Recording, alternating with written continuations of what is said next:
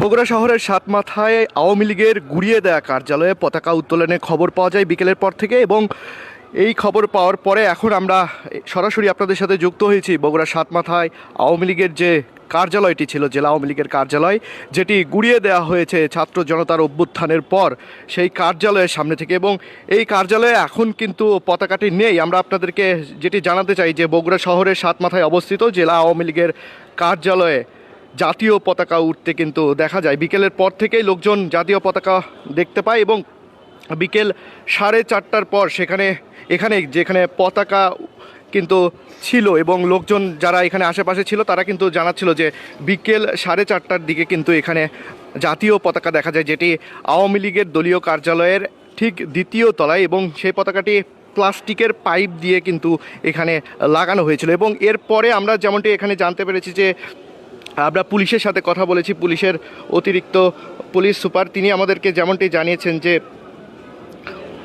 আতাউর রহমান তিনি আমাদেরকে বলেন যে কে বা কারা কিন্তু এখানে পতাকা লাগিয়ে যায়, এবং কে বা কারা তারপরে কিন্তু সন্ধ্যার দিকে এই পতাকাটি আর দেখা যায় না। অর্থাৎ সন্ধ্যার দিকে কিন্তু কে বা কাহারা তারা কিন্তু পতাকাটি এখান থেকে সরিয়ে ফেলে। এবং আমরা যেমনটি আরও জানতে পেরেছি যে 5ই আগস্টের পরে কিন্তু আপনারা নিশ্চয়ই জানেন যে রাজনৈতিক পট পরিবর্তনের পর থেকে আওয়ামী লীগের কার্যালয়গুলো ছিল জনশূন্য, এবং এরপরে 2025 সালের 6 ফেব্রুয়ারি বগুড়া জেলা আওয়ামী লীগের কার্যালয় কিন্তু ভাঙচুর করা হয়। 25 সালের 6 ফেব্রুয়ারি কিন্তু আওয়ামী লীগের কার্যালয় ভাঙচুর করা হয়, এবং ছাত্র জনতা কিন্তু ভাঙচুর করে। এরপরেই কিন্তু আমরা আপনাদেরকে যেমনটি জানাচ্ছিলাম যে আজকে যেমনটি হয়েছে বগুড়া আওয়ামী লীগের কার্যালয়ে কিন্তু কে বা কারা পতাকা টাঙিয়ে যায়, এবং এরপরে সন্ধ্যার দিকে কিন্তু পতাকাটি আর দেখা যায় না। অর্থাৎ সন্ধ্যার দিকে আবার কে বা কারা পতাকাটি সরিয়ে ফেলে। আমরা যেমনটি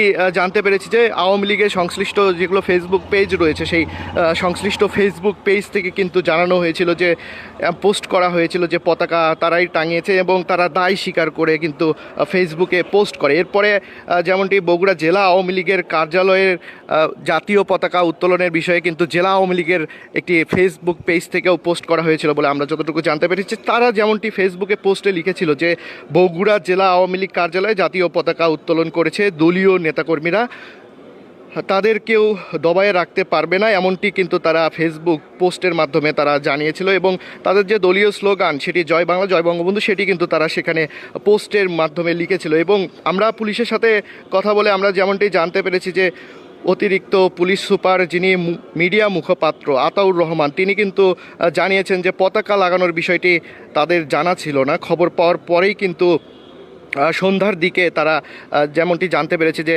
পতাকাটি আবার সরিয়ে নেওয়া হয়েছে।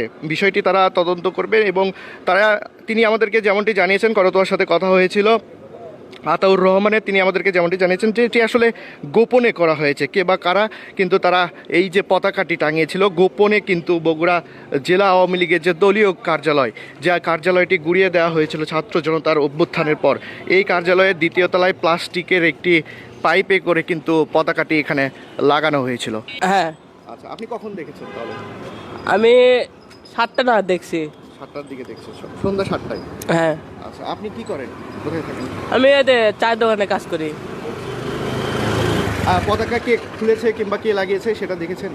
না, সেটা দেখতে পাইনি। শুধু দেখেছেন পতাকা ছিল? হ্যাঁ। জাতীয় পতাকা ছিল? হ্যাঁ, জাতীয় পতাকা ছিল। তো আমরা কিন্তু একজন প্রত্যক্ষদর্শীকে দেখলাম, তিনি যেমনটি জানাচ্ছিলেন যে জিহাদ, এবং এখানে একজন ফুটপাতের ব্যবসায়ী, এবং তিনি কিন্তু আমাদেরকে জানাচ্ছিলেন যে তিনি এখানে পতাকা দেখেছিলেন। এবং আমরা যতটুকু জানতে পেরেছি যে সন্ধ্যার পর থেকেই কিন্তু এই পতাকাটি এখানে আর দেখতে পাওয়া যাচ্ছে না, এবং কে বা কারা পতাকা এখানে গোপনে লাগিয়েছিল, এবং কে বা কারা পরবর্তীতে পতাকাটি সরিয়ে ফেলেছে। দর্শক, এই ছিল সর্বশেষ। ধন্যবাদ যারা যুক্ত ছিলেন করতোয়ায়।